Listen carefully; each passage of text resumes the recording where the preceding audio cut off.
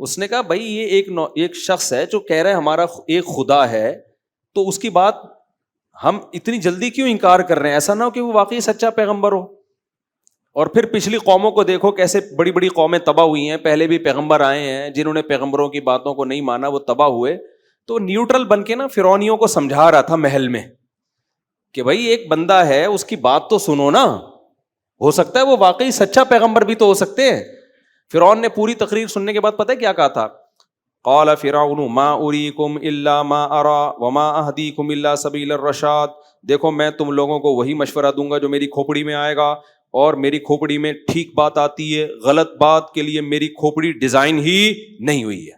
وما اہدیکم الا سبیل الرشاد کا اصل ترجمہ تو یہ بنتا ہے کہ میں تمہیں وہی بتاؤں گا جو درست بات ہوگی. لیکن اتنا کانفیڈنٹلی فرعون نے کہا کہ میں اس کا اپنا ایک ترجمہ کرتا ہوں, اپنے اسٹائل میں ترجمہ کرتا ہوں, تاکہ فرعون کے جو کہنا چاہ رہا تھا نا اس کو آپ کے دماغ میں ڈال دوں. فرعون کیا کہنا چاہ رہا تھا؟ وما اہدیکم الا سبیل الرشاد.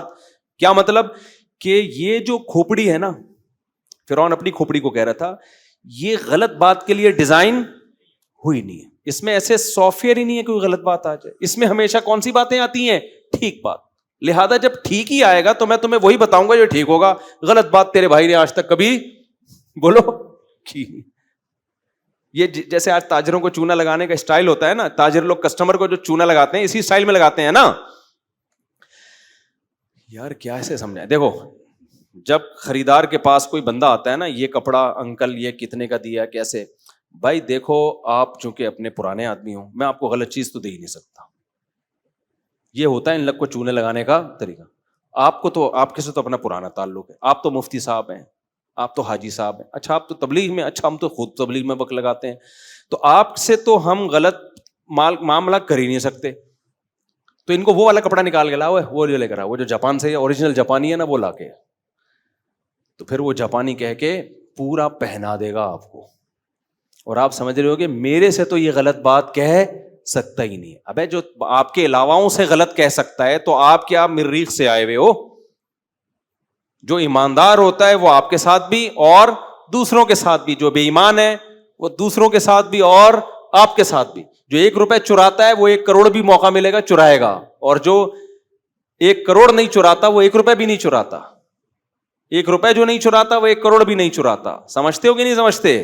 چور چور ہوتا ہے, اس کو جہاں موقع ملے گا ہاتھ صاف کرے گا, اور جو ایماندار ہوتا ہے وہ 1 روپے بھی نہیں لے گا کسی کا. دیکھو جو بے نمازی ہوتے ہیں وہ نماز نہیں پڑھتے, ان کو آپ بولو کہ 1 کروڑ روپے دیں گے, ہو سکتا ہے پھر بھی نہ پڑھیں, ہو سکتا ہے پڑھ لیں. لیکن جو نماز پڑھتا ہے نا اس کو آپ بولو 1 کروڑ روپے لے لے, آج فجر کی نماز چھوڑ دے, وہ سوتے میں چھوڑ دے گا, پیسے لے کے نماز نہیں چھوڑے گا. وہ کہے گا جب میں نے پڑھنی ہے تو میرے لیے اب 1 کروڑ 1 ارب 10 خرب سب برابر ہیں. جو نمازی ہوتے ہیں نا وہ کہتے ہیں بھائی یہ تو پیسے لے کے نہیں چھوڑ سکتے, سستی میں چھوڑ دے گا, ایک الگ بات ہے. سمجھتے ہو کہ نہیں سمجھتے ہو؟ تو اسی طرح فرعون نے بھی نا بالکل وہی جو ہمارے تاجروں کا اسٹائل ہے, سب تاجروں کی بات نہیں کر رہا, بات تو سب تاجروں کی کر رہا ہوں, لیکن پھر بھی میں سب تاجروں کی بات نہیں کر رہا. تو وہ اس طرح سے مال بیچتے ہیں کہ یار آپ کے لیے اسپیشل یہ آفر ہے, باقی آپ سے کیا ہم نے پروفٹ لینا, آپ سے کیا ہم نے نفع لینا, آپ کو کیا ہم نے بیوقوف بنانا, آپ سے تو ہم اب 2 نمبری کر ہی نہیں سکتے. تو فرعون کا بالکل یہی اسٹائل تھا اپنی پبلک کو سمجھانے کا. وما اہدیکم الا سبیل الرشد. 2 باتیں کی فرعون نے, کہا ما اریکم الا ما ارى, پہلی بات تو میں تمہاری باتوں میں نہیں آؤں گا, میں تمہیں وہ بتاؤں گا جو میری کھوپڑی میں آئے گا, اس لیے یہ تو نکال دو کہ تمہارے مشوروں پر میں عمل کروں گا, کہ موسیٰ کی بات سنو, غور کرو, مشورے کرو کہ واقعی پیغمبر ہیں یا نہیں ہیں. یہ اس خوش فہمی میں نہ رہنا کہ میں تمہاری باتیں مان لوں گا, میں ہمیشہ وہ کہتا ہوں جو میری کھوپڑی میں آتا ہے.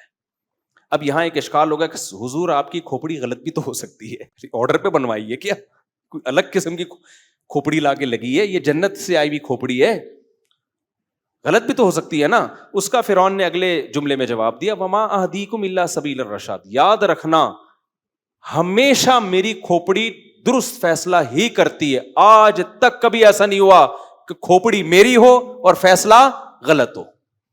یہ 2 باتیں جمع نہیں ہو سکتی, کھوپڑی فرعون کی اور باتیں غلط, یہ نہیں ہو سکتا. It isn't possible. انگلش میں بھی سمجھا دیا فرعون نے, اس زمانے کی جو بھی انگلش تھی. تو it isn't possible to do this, یہ نہیں ہو سکتا کہ کھوپڑی فرعون کی ہو اور اس میں جو چیزیں آ رہی ہیں وہ غلط ہوں. یہ تم لوگ کے ساتھ ہو سکتا ہے. میری ماں نے جو مجھے دودھ پلایا تھا وہ دودھ نہیں تھا تو سب کی مائیں. تو فرعون نے کیا کہا کہ جو آپ سب کی جتنی بھی کھوپڑیاں ہیں ان میں اس بات کا چانس ہے کہ وہ صحیح بھی ہو سکتی ہیں اور غلط بھی.